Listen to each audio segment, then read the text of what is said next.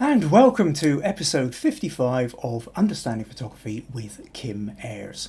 Last minute panic here as Facebook has sort of suddenly changed its layout and I couldn't see where the comments were. It turns out they've moved them somewhere else.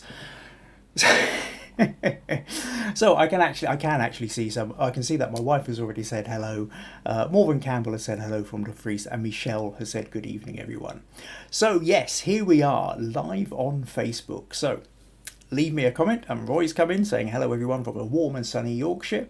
If this is your first time here, let me know where you're from, because it's always lovely to know where everybody is appearing from the world. Brian's saying hi Kim, and all who are watching. So tonight I'm going to, for those who are regular, you'll know that there's a couple of times I visited pictures I did at the Open Book in Wigtown. So there's a couple more that I haven't talked about, which I'm going to look at tonight as well. So if I just flick that over to there, minimize that and flip over here. So this is one of the photos I'm going to talk about that I took at the Open Book, and then a couple more. We're also going to look at this one of Bettina sitting quietly with a stream of light apparently coming through the window, and Bettina has also put in her own photo from when she was staying at the Open Book, and this was the view from the flat above the shop looking down the street of Wigtown. So we're going to talk a little bit about that in the critique section in the second part of tonight's podcast. Also in the critique section, Roy is playing with movement up there on a motorway bridge, doing a slow shutter speed, is looking for a little bit of feedback on that. And VG, having been inspired by a photo she saw which was looking down through the middle of a unspiraling tape measure, had a go herself at doing it but was struggling to get the results she actually wanted. So we're going to talk a little bit about that as well, and on top of that I'm also going to talk a little bit about converting to black and white. It seems to have sort of cropped up a little bit. Both VG and Roy have sort of done some photos where they just put the camera into black and white to take the photo. And I tend to feel there's a little bit of risk. You're restricting your options when you do that. So I'm going to talk a little bit more about that and talk about some of the different options you have if you take your photo in colour and then convert it to black and white afterwards. So that's what we've got lined up tonight. So let's take another quick look and see if we've got anybody else come in. Oh, Bettina is here from Buenos Aires. John is saying hello from Columbus, Ohio. Ben is saying hi from Edinburgh. Pat's come in, hi from Somerset. Sandra's in from saying hello everyone from Birmingham. Oh, VG's here from India, and Rosie from Whithorn is saying hello Kim and everyone. That's great. Okay, cool. So we've got the crew in tonight. Right. Okay. Yeah, you have to forgive me. I'm still sort of slightly thrown by Facebook's. It's one of those things where, you know, you set up. I mean, I've been doing this now for over a year, and you kind of work out your timings right. At this point, at 27 minutes past, I do this. At 29 minutes past, I do that, and then I go and set up that, and you think you've got the hang of it, and then suddenly I'm looking and I can't see the comments, and I'm thinking, how on earth am I going to do this without the comments? Memories come flooding back from a point several months ago where the comments vanished and I wasn't really able to interact. I went to another page and I could only see 4 comments at a time, and this is all live, you know. So if I panic, if things go wrong, everybody knows I don't get a second chance. So yeah, this last minute kind of thing is just, I suddenly realised, has left me feeling just slightly out of kilter. So it might take me a minute or two just to kind of ease myself back in. Right, okay, so let's return to the Open Book. And what I also need to bear in mind here is that whilst I'm fairly certain, certainly everybody who's written in and said hi just now has seen some of the earlier Open Book episodes, these also get recorded and go on to youtube.com youtube.com/Kim Ayres, and there are people who sometimes go and watch the recorded episodes, so in case they haven't any idea what's going on, I'll talk a little bit about what the open book was before I explain the photo and why it was taken and how it was taken. And just a little thing as well, that if you enjoy these podcasts, would like to support them in any way, buymeacoffee.com/Kim Ayres is the place you can do it. It's not compulsory, but it is always appreciated. So, okay, what I'm going to talk a little bit then is just the wee reminder that the open book is an Airbnb second-hand bookshop in Wigtown in southwest Scotland. And Wigtown is a really small town, 900 people roughly the population, and it's not a town of wigs, it's actually a town of bookshops, second-hand bookshops to be precise. It's got 13 second-hand bookshops in it, including the bookshop, which is the biggest second-hand bookshop in the whole of Scotland. Now, the open book is a small second-hand bookshop with a little flat or apartment above it, one bedroom, which you could rent on Airbnb. It's got a huge backlog waiting list of people around the world who desperately want to try out for a week to see what it would be like running their own second-hand bookstore. It's amazing how many people sort of have this dream that one day they will retire and set up their own second-hand bookshop. And here's your actual chance to try it out. So I was doing some photography there to create some promotional photos for it, and about 4 or 5 weeks ago I showed you one of the photos that I did with Sarah Stewart, where we were using a giant softbox to create light coming out, and then I photoshopped in a book, so we created this sort of big fantasy thing. Last week I was showing you photos of young Helena, who's into her astrophotography, and how we created a scene where she's got a book open and light is sort of a universe is sort of coming out of it, and stars are all sort of floating around her. She's sort of sitting cross-legged in the bookshop reading this book full of stars. So if you haven't seen that, then tune into last week's, which will be episode 54, I think, yes.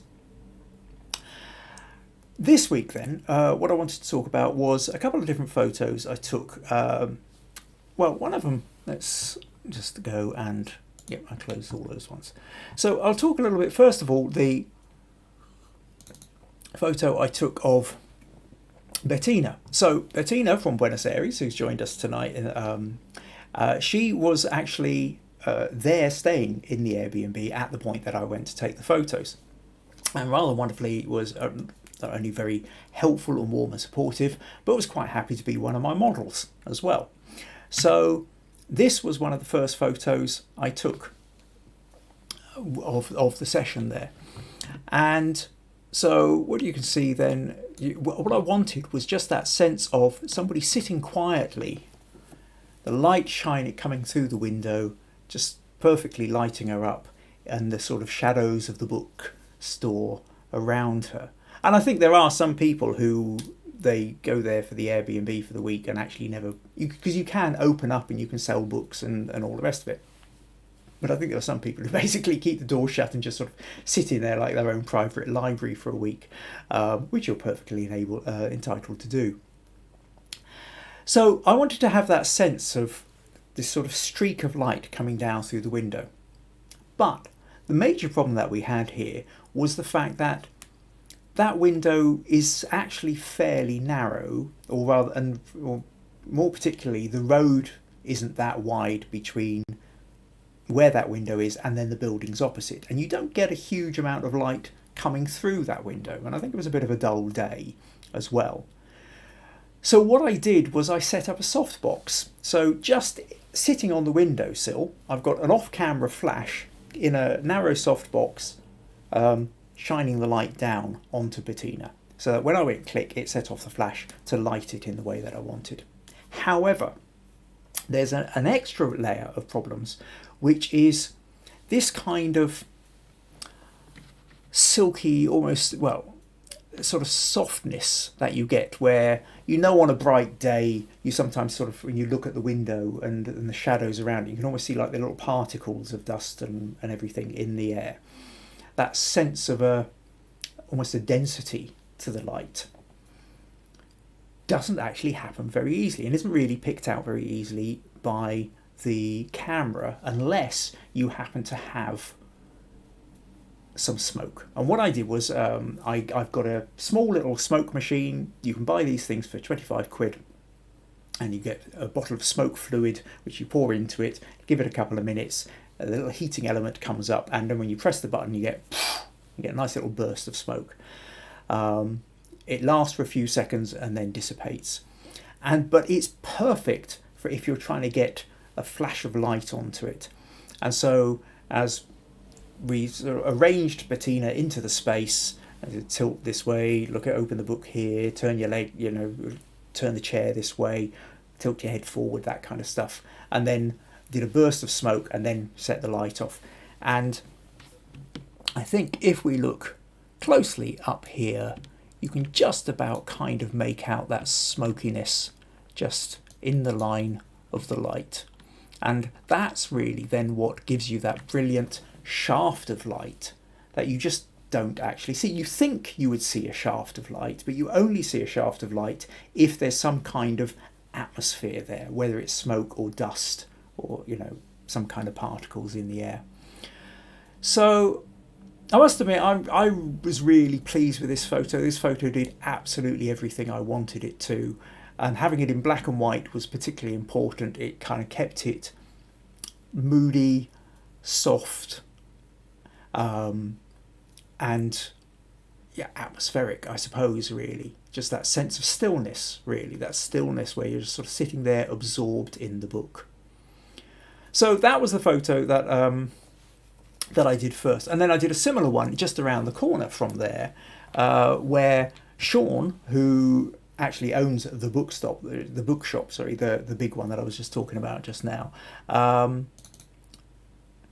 we sat him under a standard lamp.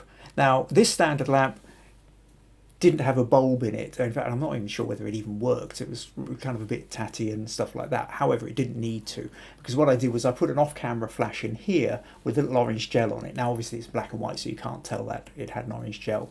But again, what we wanted with this one was sort of tucked away from the window, so he's only lit by the lamp itself.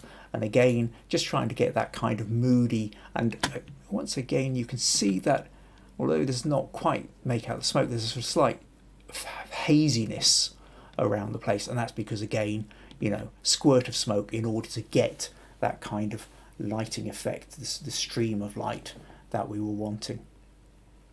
So again, black and white, and so between those two photos, I think it was that gave me those kind of moody black and white stillness kind of things that I wanted to explore.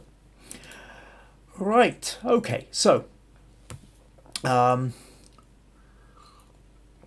quick little flick back. Now, no extra comments, either that or nobody's caught up with me yet. Once again, there is this thing of the fact that I am roughly about 15 to 20 seconds ahead of you. So I say something and you don't hear it for a bit, and then if you respond to it, you've still got to write that, and then I see it, and so... I feel like I'm talking over the place too much. Oh, okay, right. Sandra's come in and said, really interesting explanation of the extra lighting and smoke effects to create such a natural looking photo. Thank you, Sandra. That's what I wanted. Now I feel like not only have there been a couple of hellos, but somebody stuck around and actually listened to something that I said. Oh, the paranoia when I'm just sitting here. All because in the end, I am just sitting here in a room talking to a little plastic box with a lens on it. And without the comments, there's no real notion of whether anybody's tuning in or not. So anyway, experience tells me that you are. VG's come in and said, lovely photos, interesting to see the light effects. So cool. Right, okay, what I'll do then is I'll just show you another little bit here, which was a kind of key photo that I've even had printed up and put on my wall as well, which I really love. This was another effect that I wanted to get. So what we've got here is we've got the woman holding a large book open, and then you can see the spirals of smoke coming out. It's twirling around. And once again, what I did with this was it was a burst of the smoke machine. But what we did in terms of lighting was I had this narrow softbox again, and we've got somebody standing behind her, over her, holding this right, sort of essentially in front of her head. She's got the book open. I do a squirt of the smoke machine and then go click. The flash goes off, lights up the hand and the book and the smoke, but everything else is left in darkness.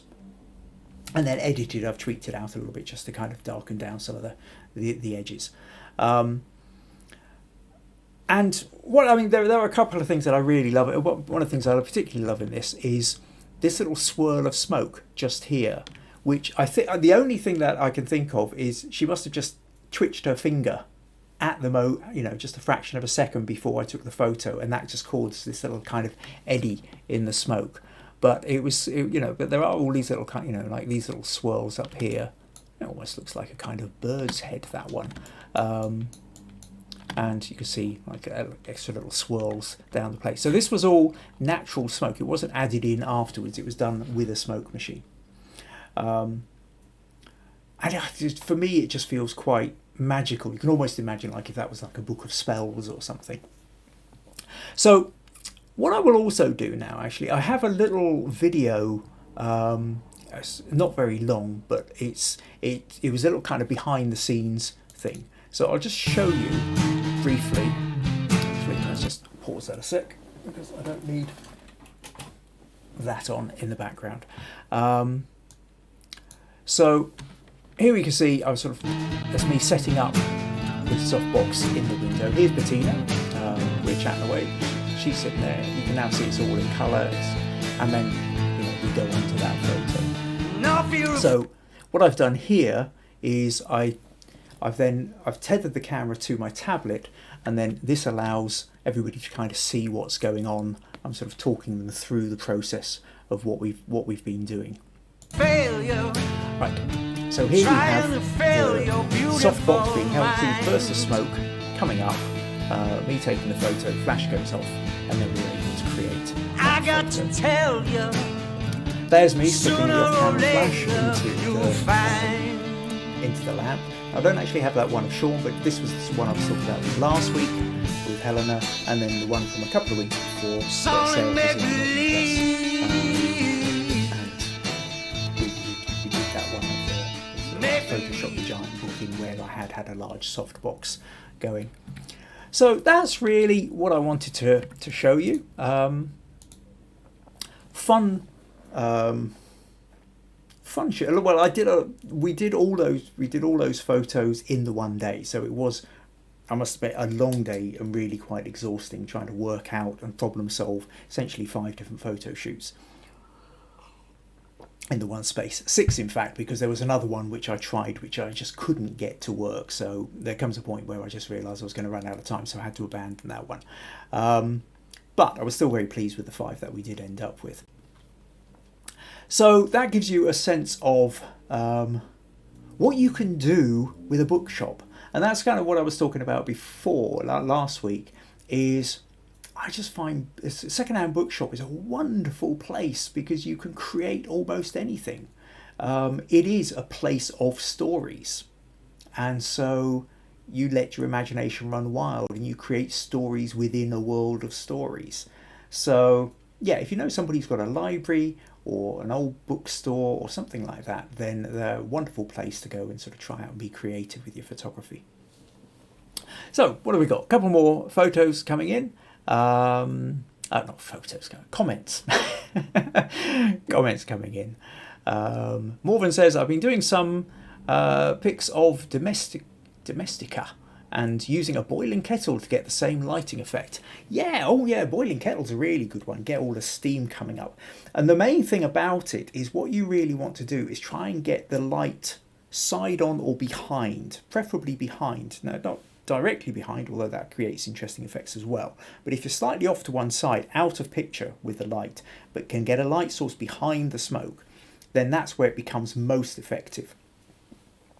VG says, this one I'm in love totally. I think that's the hand one. Roy says, hanging on every word, Kim. Thanks, Roy. Peter, hi Peter. Glad you could make it along. Peter Wilson says, nice atmospheric photo.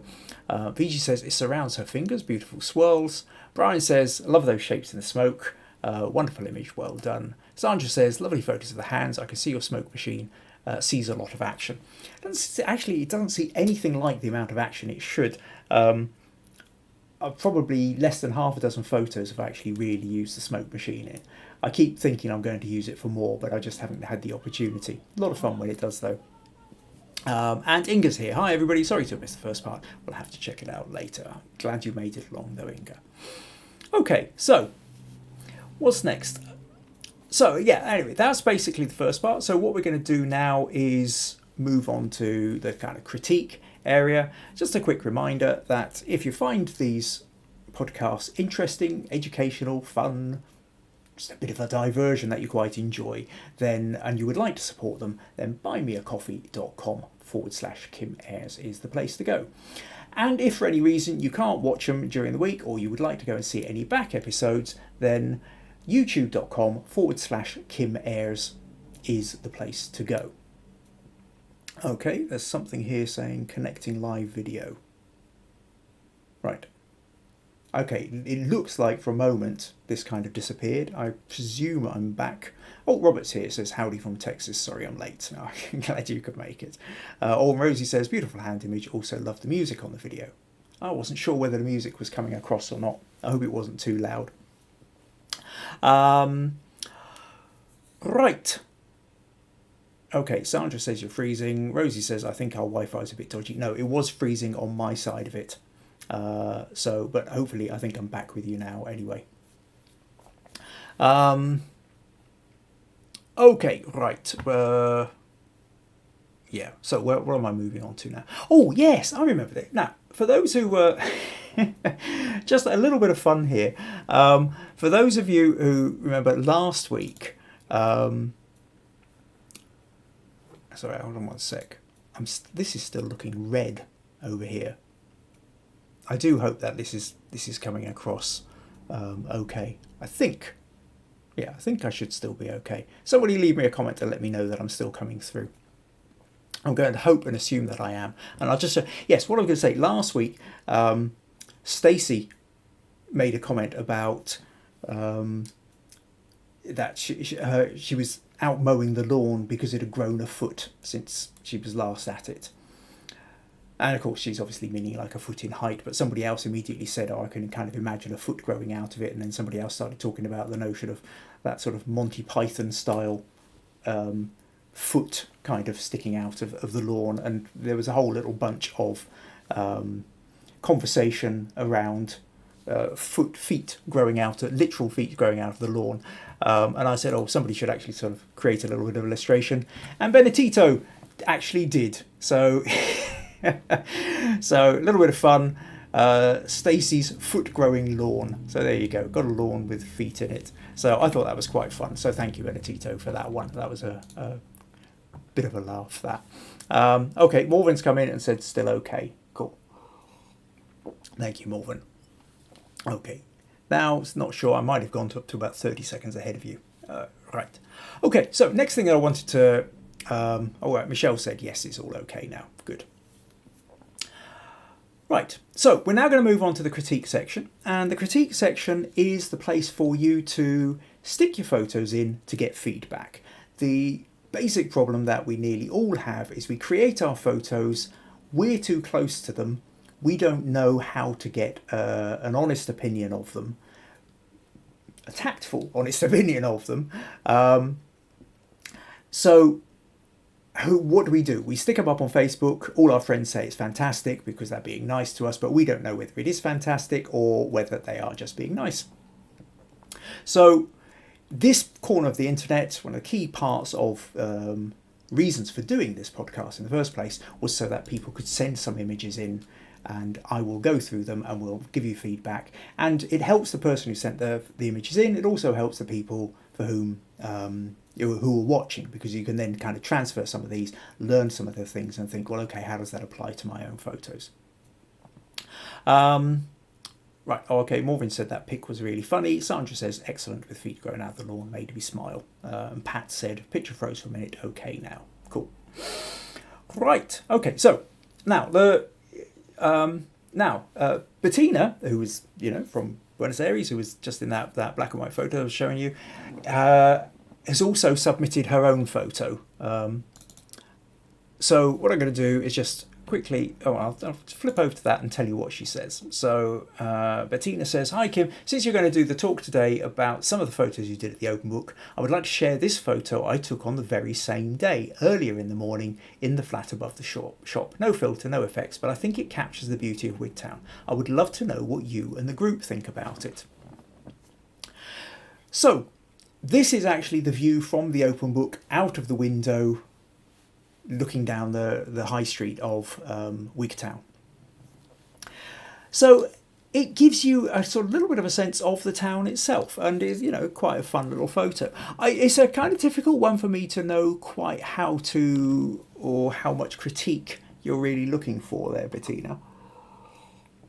What I would say is, one of the things about our photos is, on a photo like this, the primary purpose of it is it's a gateway to your memory. So when you see this photo, you're immediately transported back several thousand miles to the other side of the world, to a place in Scotland where you have fond memories of the week you were there. You can remember sitting in the flat above it. You can remember sitting in that, because I think that view, there's literally a window seat. You can sit in, you can sit and read, and you can just glance down the street. So the very sight of that brings back all those memories. So in that case, does the photo do the job it needs to? Absolutely it does, because you can look at it and you can get that. And if that's all you need from it, then that's fine. The next thing is, if you are wanting to do a photo which is going to have some of that feeling for somebody else who wasn't there. And that's a much more difficult one to try and achieve, because to anybody who wasn't there, what you see is a relatively empty street in a small town on a cloudy day, a fairly dull light. Now, what you can see is there's a nice burst of colour in the foreground in the window box there. You've got some daffodils coming up, looks like some tulips as well. So, nice little splash of colour. That in some ways almost seems to emphasise the dullness of the day as well. We've not got a lovely, beautiful sunny day there.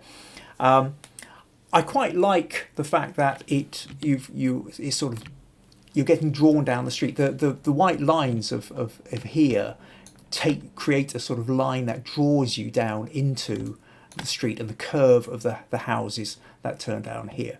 And again, there's a sort of certain thing here. This is a small Scottish town. The architecture says Scotland to me. I think it is slightly different to what you would get in an English place, and probably quite different from anything European, and probably very different from anything in Buenos Aires. So there's an element where it is telling you a little bit about the place.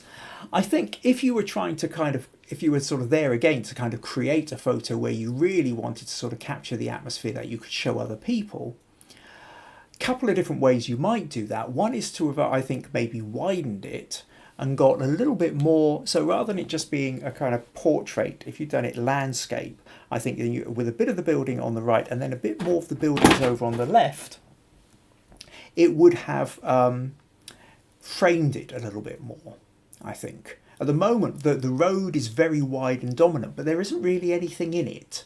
If you had people walking down it, or you had a parade, or even some interesting vehicles, then that would sort of fill this space. But there's a big kind of empty space here, and it does make the town feel deserted. So if that was made smaller by the fact that you had a larger surrounds, I think that would make it a bit more interesting. Another option for this Bettina would have been to have actually taken the photos to step back in a little bit and get the window frame in. And I think if you had the sort of frame of the window, just with the light of it just sort of hitting the panels on the side, maybe even catching a little bit of that, that window seat that was there, and then you would have had much more of a sense of it being a view through the window. So the window frame sort of frames it within the photo. And then I think that then kind of gives you that sense of being cozy within the apartment, looking out the window at the town.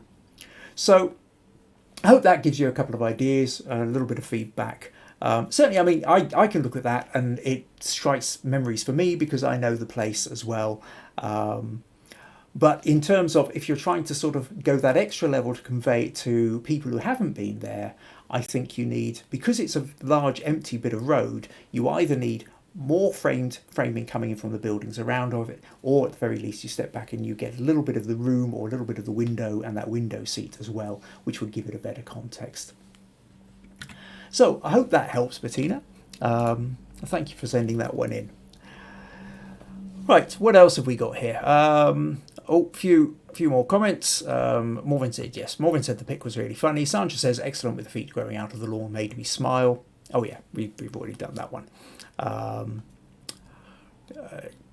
John was thinking, John's replying about the Wi-Fi being a bit dodgy as I keep freezing. I think I think the problem is at my end, and I apologise for that. I keep looking over and my little kind of there's a little square in OBS that sort of should be sitting at green or occasionally going to yellow, is mostly going orange and red, which means there's a problem with it going across. I don't know what's causing that. I don't know whether it's my Wi-Fi, whether it's other programs running along in the background. I can only apologise.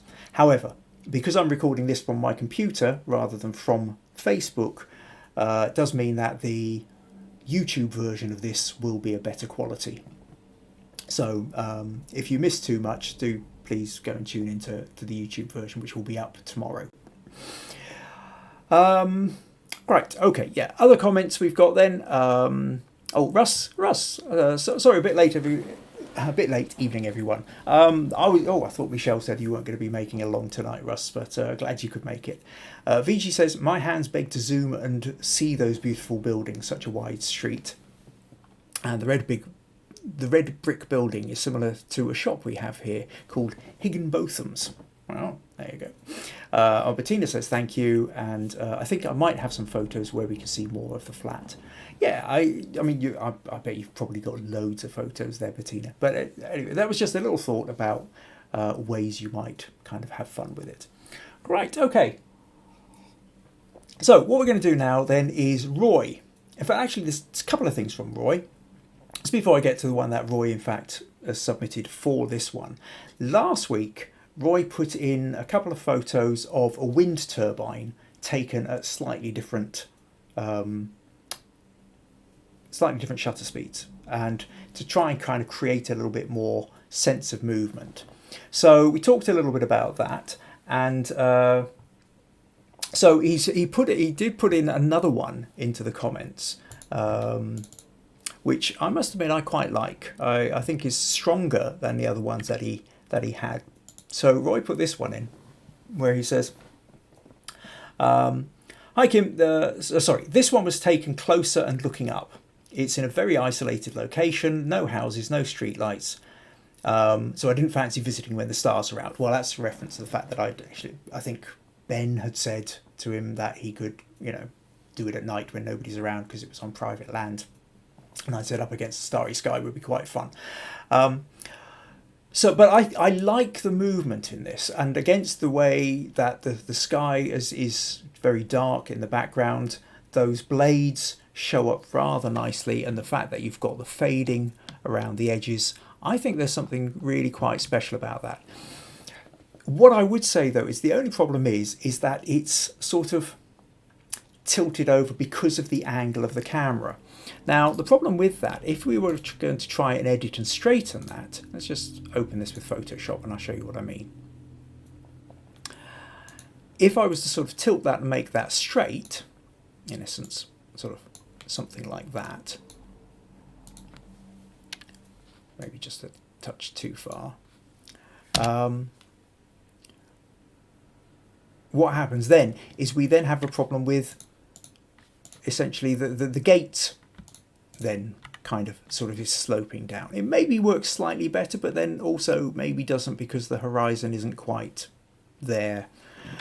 What you can do though, if you've got the right software, and I'm going to come on and talk about software in a minute with you, Roy, but if I just duplicate that layer at the moment, what you can do is you can stretch one bit. If I take the top, just this top corner, and then drag it over a bit so that I can straighten the tower, now you can see what we've done is we've created a,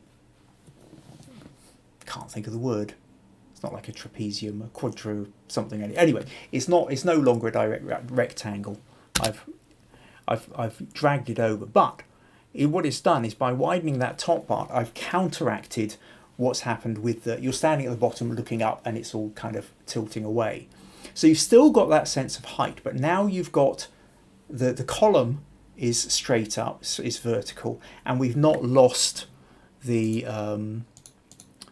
horizontal of the fence, or the fence is now not looking like it's at a funny angle. So something as simple as that, I think, makes it a stronger picture, and I don't think you really need a lot more than that, to be honest, Roy. And I think what you've done is you've got quite a nice photo there, which for these online competitions, which would talk about a sense of movement, or use or time or anything like that, I think something like that really does give a nice sense of that blur that you get, especially around the tips of the turbine, of the, mine's gone blank, blades, the blades of the turbine. Yeah. So I hope that one makes sense for you, Roy. Okay. So now let's flip back to the comments for a little bit.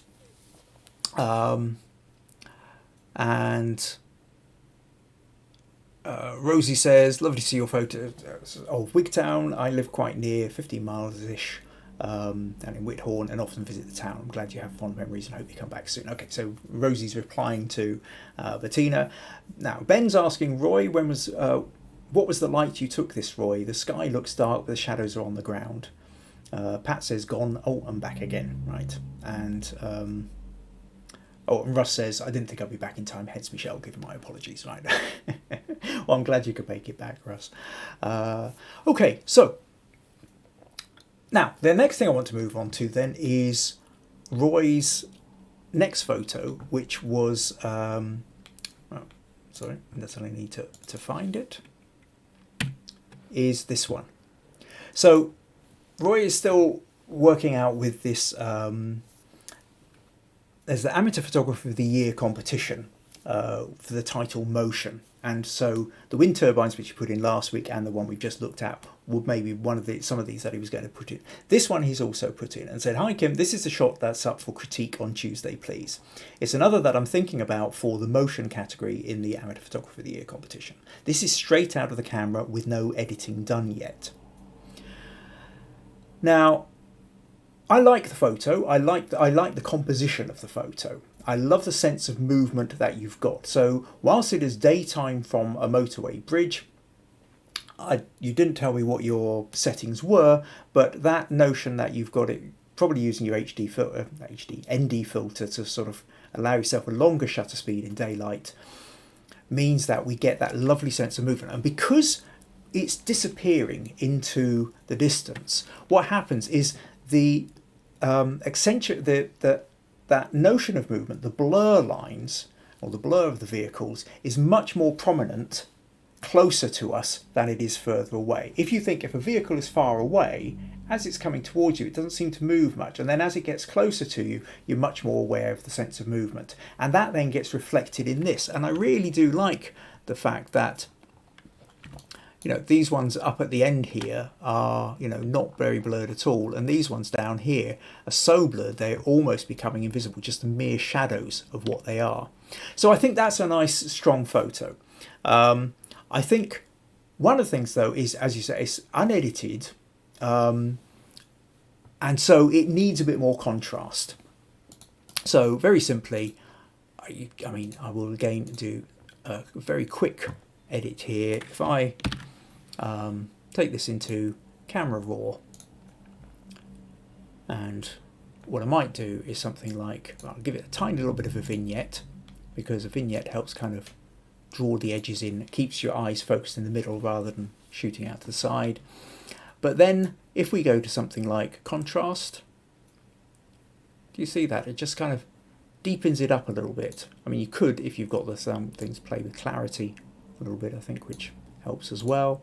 But you see that difference there, Roy, that you go from that to that, and it then just becomes a little bit bolder, I think, and it sort of grabs, you've got more dynamic range, or not dynamic, you've just got more range between the darks and the lights. The problem with the original photo is it's fair, nothing's really at its bright part and nothing's really at its darkest. You know, there aren't any blacks and there aren't any whites. Everything's kind of pushed into the middles of the greys. Now, this made me think there are ways you can convert things to black and white. So I then left a comment and asked Roy if he could put the colour version in so I could see if there were other ways, more interesting ways to convert it to black and white. And Roy's response was, this was taken as black and white in camera, so no colour version available. My editing software is very basic. I can do basic edits like crop, straighten, adjust brightness, contrast, highlights and shadows. I can also have a retouch feature which allows me to remove unwanted elements. I'm thinking about switching to Affinity photo editing software. Would I gain from doing that? And then Jim Harkness from Dumfries came in and said that he uses Affinity. Affinity is considerably cheaper than Photoshop. I've not used it. I've been using Photoshop for 20 years, so I've never actually had a need to try out other software. But Jim seems to think that for, 23 or 24 pounds or something like that, you can buy Affinity and it's pretty good. Now at this point I would say, whether it's Affinity or another editing software, yes, get an editing software and learn how to use it. Try and find a simple one or an easy one, but the more you can learn with the editing, the more you can do with the picture. It's really as simple as that. And so this brought home the idea to me of the fact that what I want to really show you tonight is why you're limited by shooting in camera in black and white, and why you should always shoot in colour. And this is for everybody watching, because you shoot in colour and then you have the options to convert it to black and white, because there are several different ways you can do this. Now, way back in, I think, episode 8 or something like that, I did a whole section on converting to black and white. That's given the fact that's nearly a year ago, I don't expect many of you to have actually watched it, or those who did watch it, anybody to overly remembered it. So I'm going to run through a couple of these options this evening. So let me just flip back and double check any last comments, just in case. Right, okay, so Russ says, love the turbine, would be interested to see the colour version if it's a blue sky behind. Sandra says, I love the motorway photo, you really get a sense of speed, and I prefer this one to the wind turbine. And Inga says, very strong and good composition. Cool. Okay, so let's talk about converting to black and white and the ways you can do that. So what I'm going to do, I'll just close those images that we've got sitting there. And let's flip over to Photoshop. And I'm going to show you, we're going to take a very basic picture like this tulip. And I'm going to show you 3 or 4 different ways you can convert to black and white. Now, the problem is when you do it in camera, or most little editing programs, you just hit black and white, what it does is it desaturates it. And so the equivalent of this, I will go to hue saturation over here, I'll grab the saturation slider and do that. And that's it. That's what it does. So it's gone from that to that. It's made it in black and white. And it's okay. but I think there's other more interesting ways of doing it. As you can see, once again, there isn't really much in the way of darks, and there isn't really much in the way of lights. It's sort of softened everything into the middle of it. I'll tell you what, let's show you another picture where we do the same thing. Actually, no, let's... yeah, no, let's do that one. Okay, sorry, that's me talking to myself. So this picture here, very bright, colourful picture. Some who watched this a long time ago may recognise this was a shoot I did for Morag McPherson, textile designer. We have the wonderful Alamnesh here modelling one of her kimonos, Morag's kimonos with in the cushions. They're also designs created by. Now, it's a very colourful thing. If I just go to hue saturation, take the saturation down, it's okay, but again, there isn't really much in the way of contrast between the lights and the darks. So if you are just desaturating, you're doing the minimal amount of turning to black and white. Let's flip back to the tulip. Another way of doing this is to use the gradient map tool. Now the gradient map works over here. We've got a front colour and a back colour. Now if I take that front colour and I make it say a blue or something like that, the back colour is white. What I can do is if I go to select gradient map, this then takes one colour and the darkest parts become one end, the lightest parts become another. So in this case, the darkest part is the darkest bit of blue that I did, or I can put it into reverse and it becomes like a negative. But because the darkest part is that blue, that's fairly pale. If I, cancel that, go back here. If I made that blue a little bit darker and then did the gradient map, you see it creates a slightly different. Now, if what I do is instead of that being blue or red or any other colour, I make it black, then the gradient goes from black to white. So what it means is the darkest point on it will be black, the lightest point on it will be white. So if we sort of changed it, so that was the hue saturation, that was where we just desaturated it, but that is where we've done the gradient map. And as you can see, it's really accentuated, it's made the darks darker and the lights lighter. Now it's up to you then, maybe you just want a bit of that, maybe you don't want all of it, in which case you can kind of find a mixed balance of it.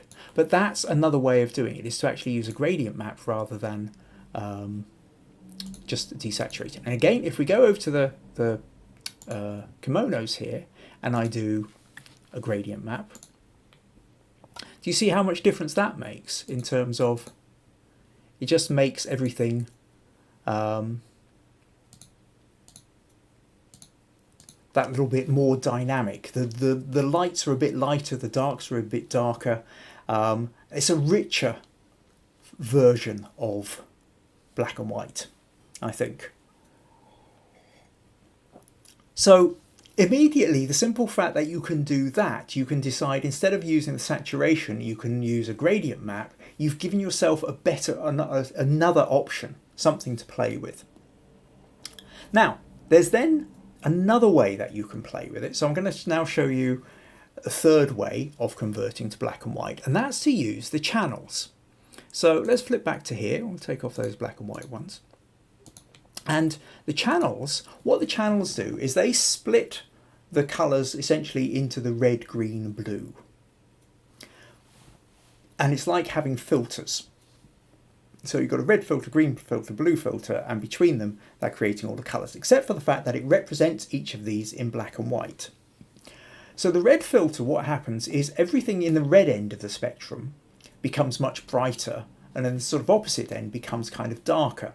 With the blue, it's the blue bits that become lighter. With the green, it's the green bits that become lighter. So when you look at something as colourful as these tulips, if we go to the red, you see the red and white, the red and yellow at the back have sort of really become very pale. This has become paler. If I go to green, you notice now the red and the purples in here have become much darker. And if I go to blue, the reds at the back here have gone darker, but the sort of purple of the tulip, especially where the light's cutting through it, has become much lighter.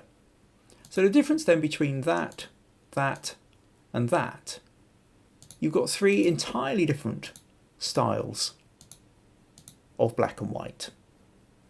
Now, again, let's show you what happens with kimonos. Sorry, do that. So if I go here, now what's going to be really interesting here is if you look at, as well as the whole thing being quite colourful, I've got a blue gel on a flash coming in from the left. So if you look up here in the top left corner, you can see that the blue, the wall was a bit blue here. There's little bits of blue lighting catching the edges of cushions. By contrast, I put a red a red gel in front of a flash over here. So that's catching here and that's catching the light. So what you would imagine then is if we start splitting the filters, it's going to change it quite dramatically. And there. So when we go red, the blue bit darkens out a bit, the red lightens up, but the skin tones, the reddish yellows in the skin tones have also become very pale as well. If we go to green, you now notice a very different feel to it.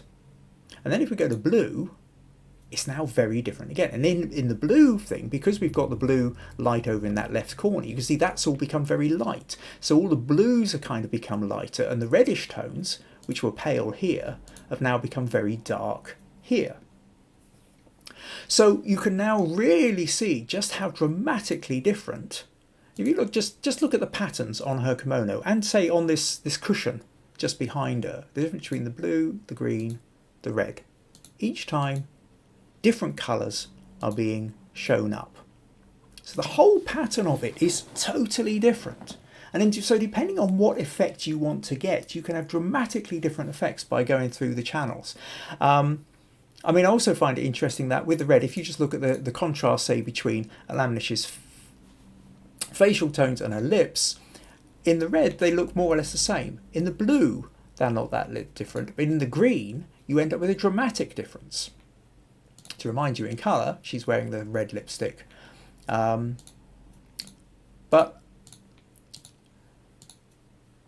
you know, each of these becomes massively different. I'll show you one more where you'll notice it completely, and that's with the sunset. Okay, so if I bring in this sunset here, and there's glorious sunset at Loch Hen. Virtually no editing done with this other than cropping.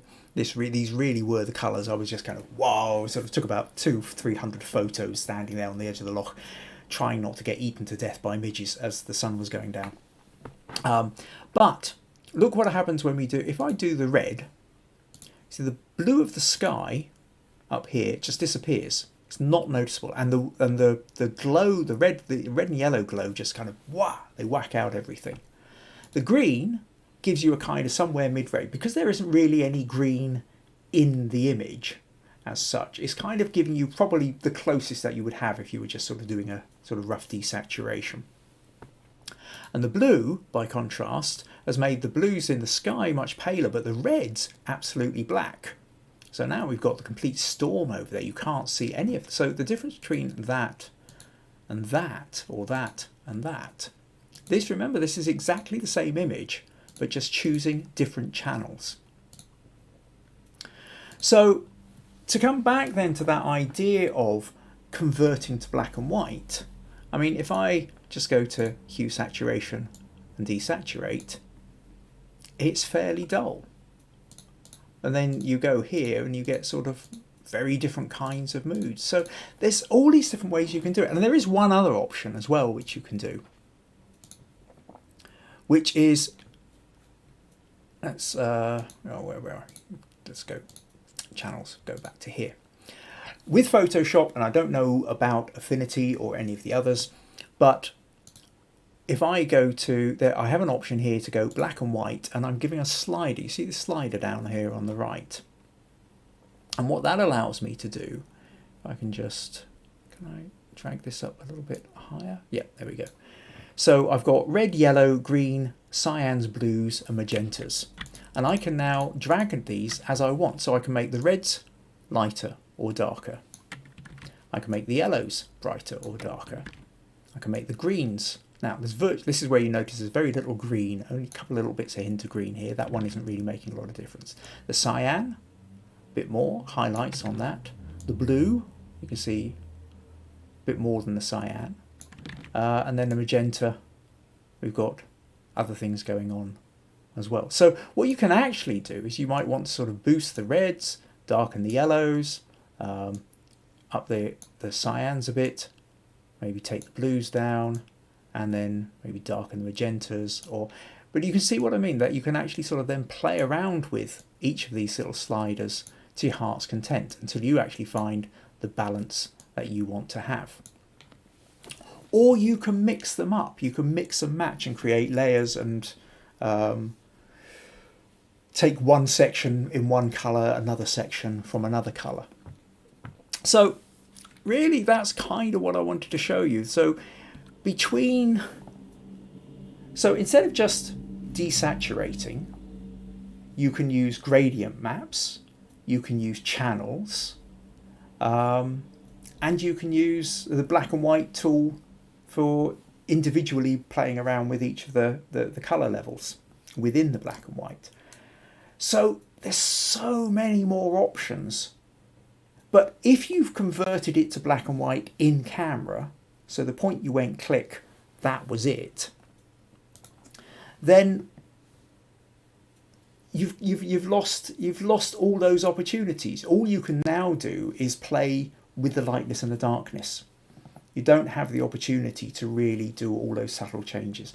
And I think that editing is a really important part of photography. Start off, try and get as much as you can in camera as you can.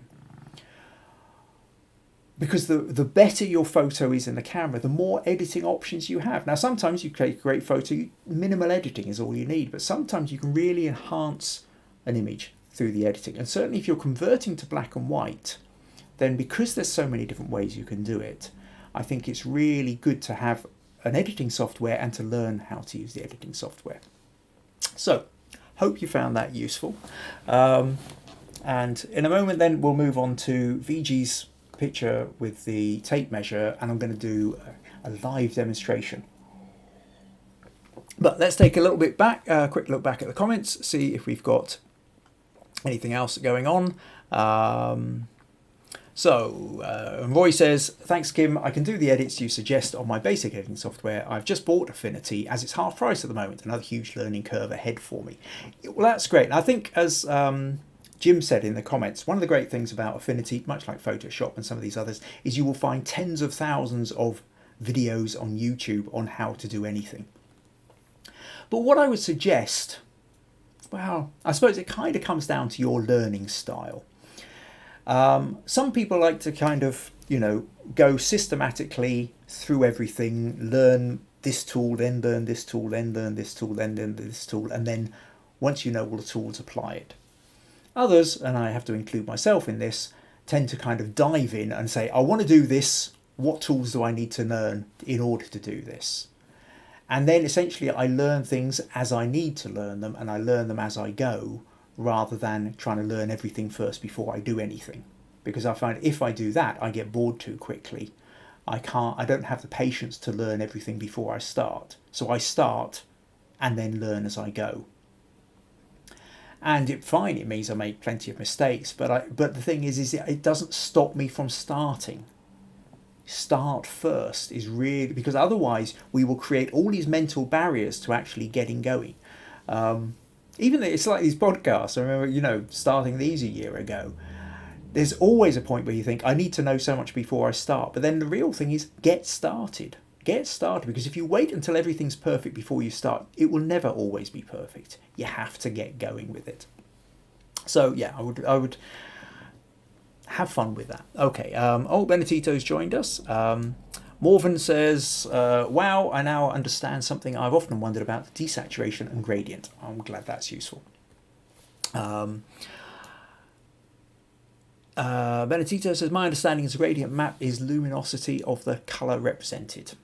Yeah, no, that's it. But if we're just using the black and the white, that allows you to create a black and white image. VG says, never again would I take a photo in monochrome mode.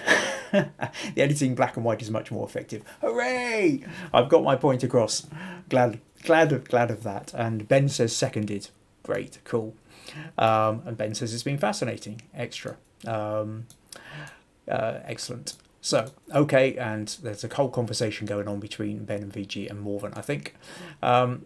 So, Benedito says, I use black and white filter, even in colour images, but the black and white in Lightroom is superb. Most cameras shoot monochrome, but raw files are still in colour.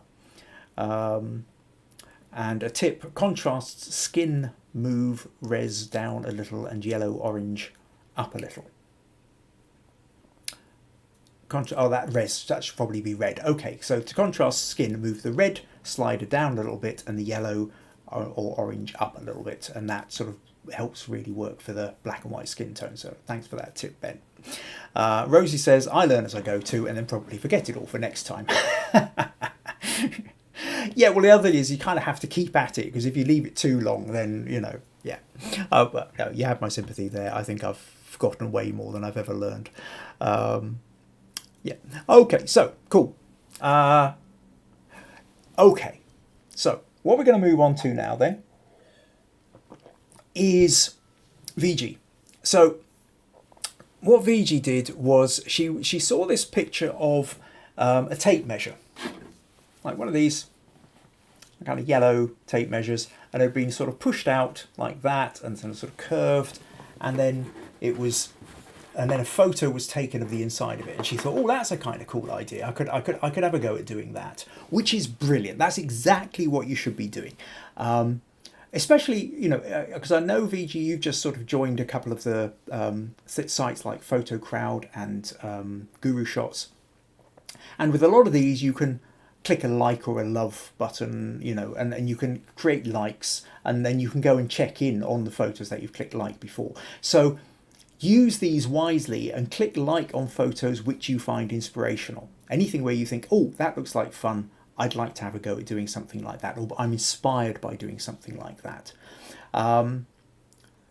So yeah, play with these ideas. So what had happened then was, where do we go? So VG took, you know, so she's taken this photo. It hasn't done quite what she wanted it to. She's then converted to black and white. That one looks a little bit more interesting. Playing a little bit there. So she's played around with it a little bit, but she hasn't really got the effect she wanted. The photo she was originally basing it on was much more looking right down the kind of the tube, where you were getting a sense of the whole tube of it, whereas this is like a kind of half of it. This is kind of sort of struggling with the angle. The colours aren't doing it much good, which is obviously, I can see why you wanted to convert it to black and white, but for all the reasons we've just said, do it in post-production. But, so what VG goes on to say is, this set of photos I took yesterday, I would say the trickiest even. I saw a photo which was very well taken in one of the forums and I wanted to try, but the challenge was I could not get close enough. I tried playing with different apertures and ISOs. Finally, I put the ISO in auto mode, but the resulting image was very dark. I used both a 50mm and kit lens, and this was the result. The measuring tape I made, it is a spiral, and at the broad end I tried clicking, mailing you both the reference image, which is this, which was another image, and my shots. Now, just a quick point, I'm not including the reference image she sent me.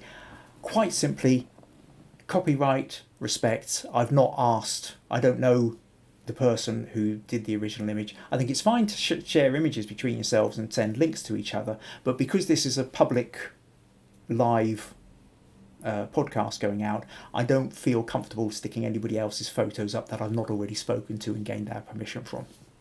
But it doesn't matter. I think you get the idea of what it is we mean anyway. So I'm mailing you both the reference image and my shots. As always, it was a great challenge in such. Oh, sorry. As always, focus was a great challenge in such close quarters.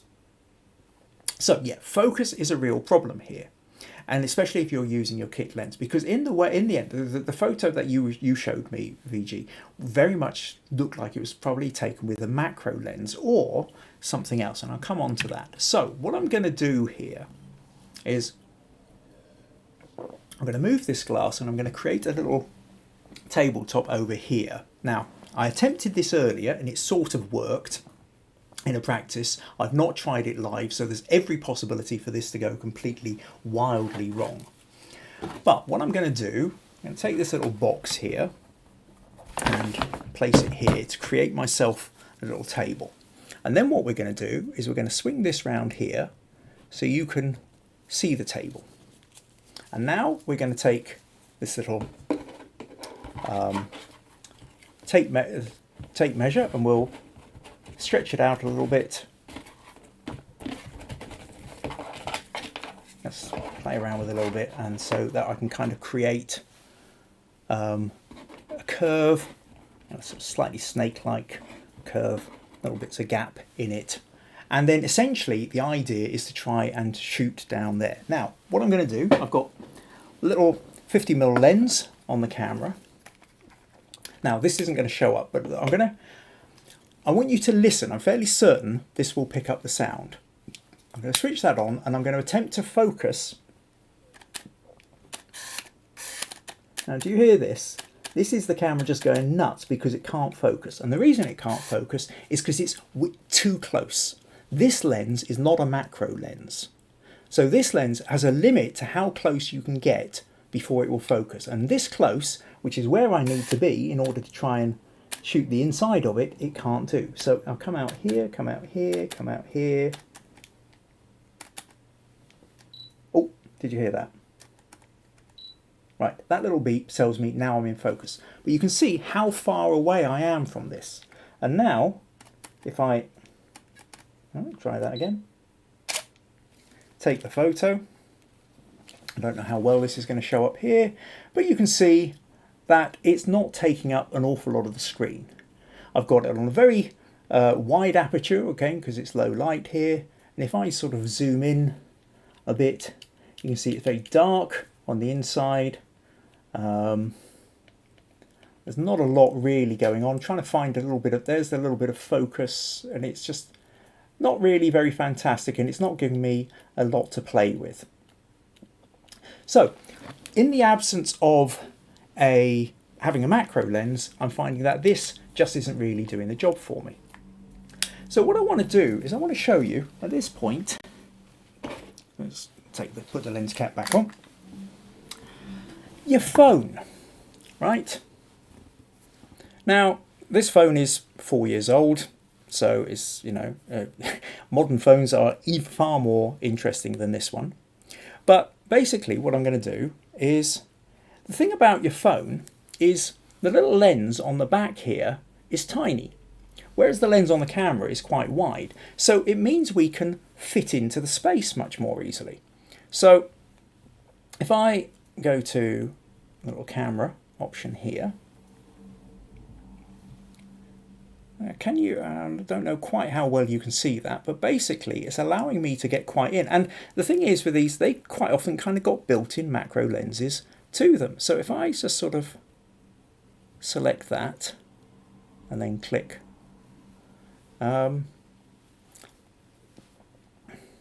how well is this going to, is that going to tilt this way? No, it isn't. But anyway, basically you can see that I've now managed to get in quite close inside it. But we can have a little bit more fun with this. Get a torch. Right, little torch which isn't working very well, but there we go. Now, if I take this torch and this cheap torch which has a dodgy connection and shoot the light up one end, so you see it's starting to light up in there. So let me, damn thing switched itself. I obviously pressed the wrong button and it's lent it. Right, okay, so if I hit the back button there, so now, wait, right, turn that round so I can get the, I've got quite a bluish, now that's becoming quite interesting. And if let's just try and rest that on the edge there.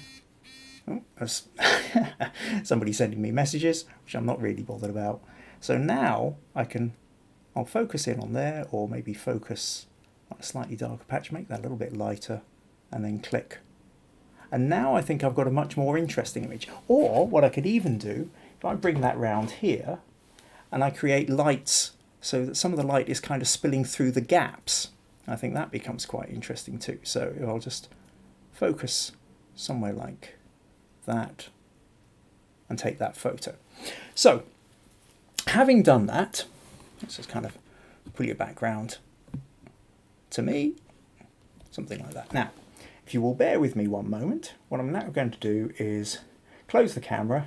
Now, I haven't figured out yet a quick way of transferring this. So all I'm actually going to do is I'm just going to email it to myself. So I'm going to mail that one to Kim Ayres and send, and then likewise I'll do the other one. I'll send that to Kim Ayres too. Send those, close that, go over here, press that, and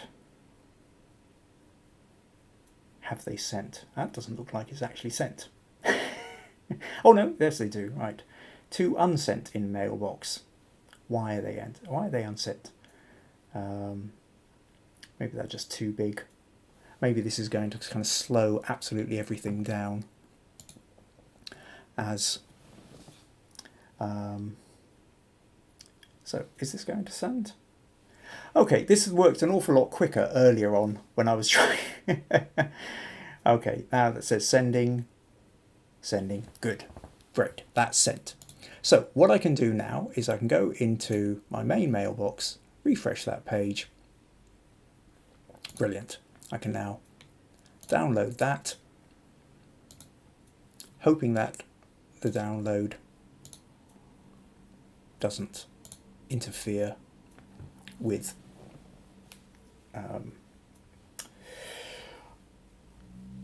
the connection at all, so that I end up freezing on the screen, although it probably looked like it was freezing while I kind of went still to think about it. Okay, so let's turn that off. Now what I'm going to do is I will just drag these into this folder and show you what we actually have. Long way of going about things, but hopefully it should do what we want it to. So I will just close those pictures in Photoshop. Let's flip back over to Photoshop, close those. And I will take the two photos that I've just taken on my phone and drag them in here. And so that's the one where the light was coming from the side. That's the one where I had the light going into the tube. And this, I think, then, VG, is much more of the kind of thing that you were after. And this is just very, very quickly done. So if we take something like that, and now you've got this, if we want, we can zoom in, we can crop it, we can do all the other kind of editing bits that we want to have. So do something like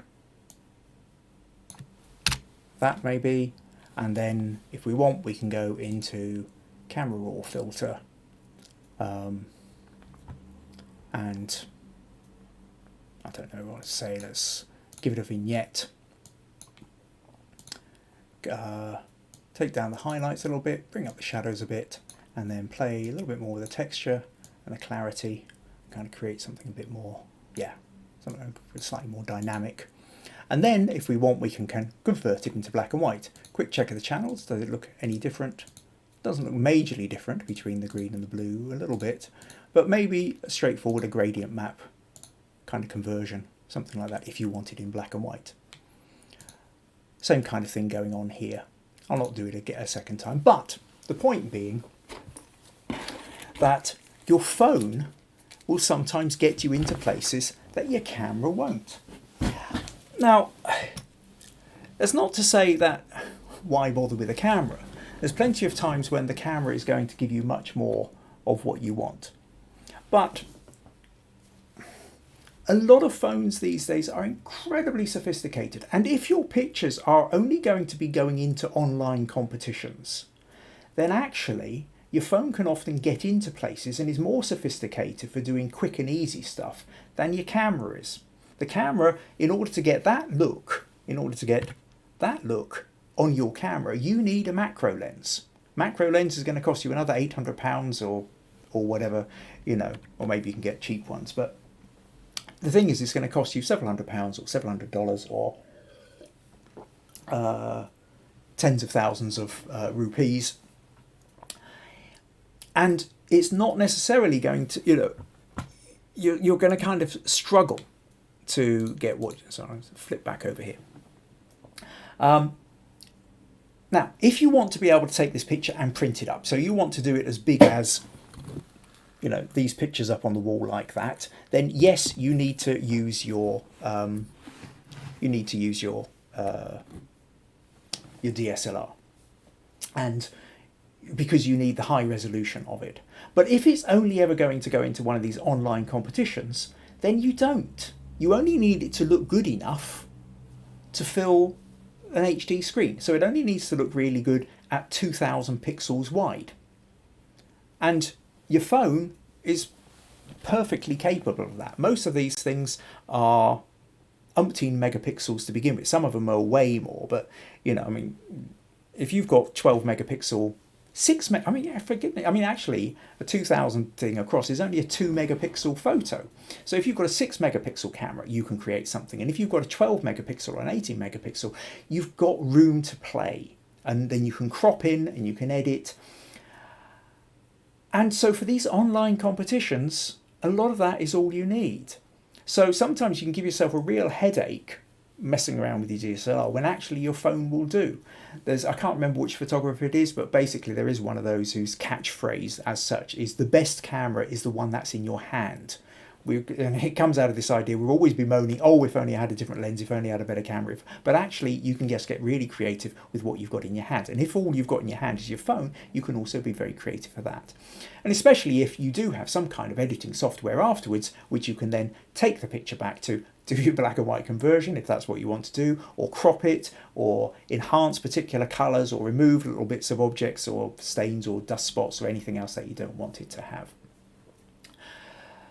So that's really what I wanted to show you with that, is sometimes your phone will actually do the job. The other thing with the phone is really to think of it, you can use it, I use it a lot for the equivalent of the thumbnail sketch. It's like if you draw, if people are doing drawings or paintings, very often they'll do a quick sketch first, just to give themselves a sense of, is that going to work?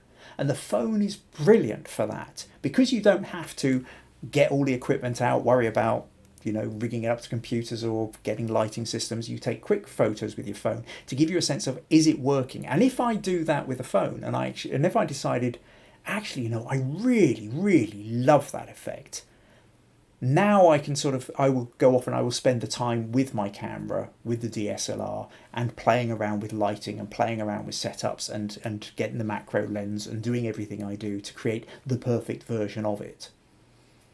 But to begin with, maybe that's all I need, or if it's a quick online competition or something like that, maybe the phone is going to do that, all that it needs to do. But use whatever tools you've got for creativity. So that pretty much is what I wanted to say about that. So let's run back, take a quick look at the comments, see what else we've got. Okay,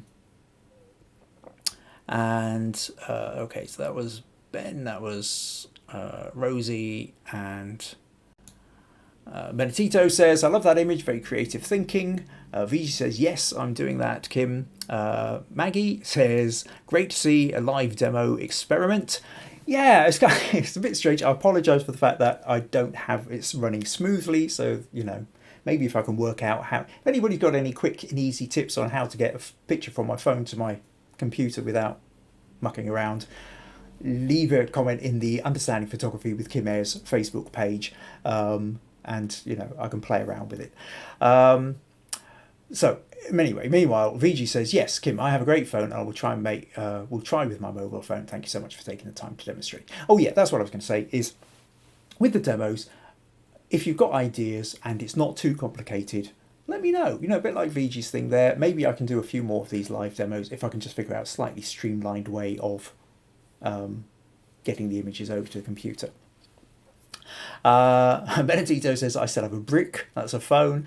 That's fair enough. Like I say, even this one's not bad, but it's 4 years old now, which by phone standards makes it practically vintage. Russ says, I managed to get some very acceptable macro shots using my 50mm 1.8 lens. So that's the same that one that was on my camera there. And some extension tubes. Oh yeah, that's a whole new area of stuff we start playing around with extension tubes. Not quite as good as a macro lens, but not bad at all. The plane of focus is very small, but you can get very close. VG says, but your tape is tame, mine kept rolling away. Well, I had to kind of play around to make sure that I was going to end up with a steady box to do that.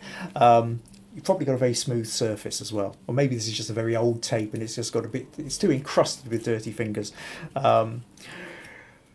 Right, so VG says you can share to Facebook Messenger. I suppose that's another way of doing it. But the thing is I wanted to be able to get in and edit the photo quickly.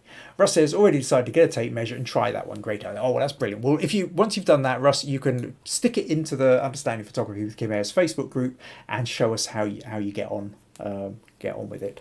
And Benedito says his phone still has a dial on it. Yeah, it's a made of Baker Light. Yeah. Jim's turned up, says sorry for late arrival, we'll catch up later. Yeah, absolutely late arrival, we're pretty much just finishing off. Right, okay, well, that is pretty much what I wanted to say. Next week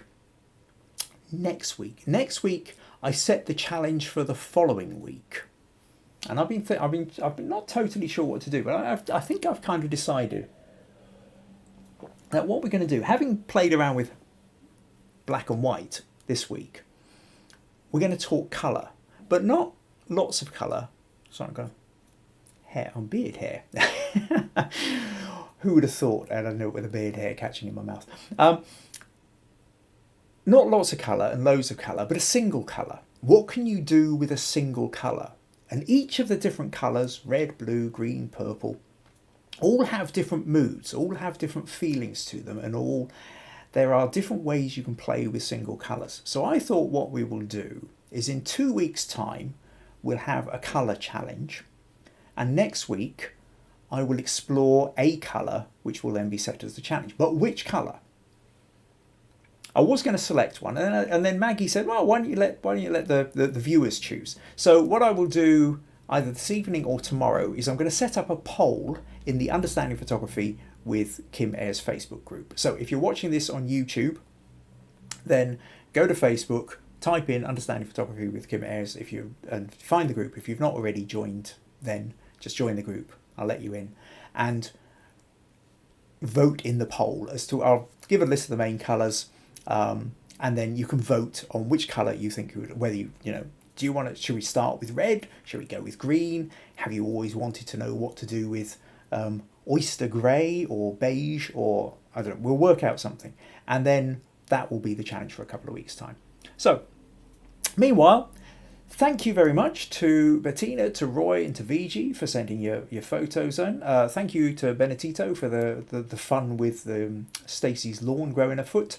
And yeah, it's not a long one. Where are we at? Only got less than an hour and a half. I don't think we've been this short for quite a while, which is a little reminder to get your photos in for the critique section. If you would like to get your own feedback, or you would like to ask questions, if you'd like to set me a little challenge, or you would like to explore something, if you've got ideas you would like to try out but you're not sure the how to start with it or the best settings to do on your camera, put these things into the Understanding Photography with the Kim Ayres Facebook, and next week we'll have a critique section or an question and answer session or whatever, as well as the fact that I will talk about whichever colour we're going to do set for the challenge the week after. So that's us. Last couple of comments. Benedito saying sky blue pink. Yep, any kind of sunset will do that. Roy says fascinating, informative evening. Thank you.